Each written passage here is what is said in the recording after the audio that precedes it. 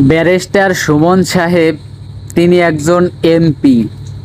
তিনি social media platform Facebook ব্যবহার করে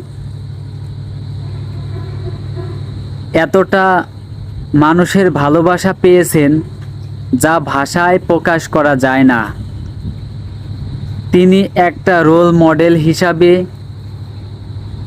ছোট ছোট বড় বড় কন্টেন্ট ক্রিয়েটর যারা আছে সবারই একটা প্রতিষ্ঠার জায়গা ব্যারিস্টার সুমন সাহেব। তিনি যখন লাইভ করতেন তার লাইভ দেখার জন্য মানুষ আগ্রহ নিয়ে থাকতো। পরবর্তীতে তার প্রত্যেকটা লাইভ ভাইরাল হয়ে যায়। এই ফেসবুকে এসেই তিনি ভাইরাল এক কন্টেন্ট ক্রিয়েটর। তার এই আশা আকাঙ্ক্ষা চিন্তা চেতনা সব সোশ্যাল মিডিয়ায়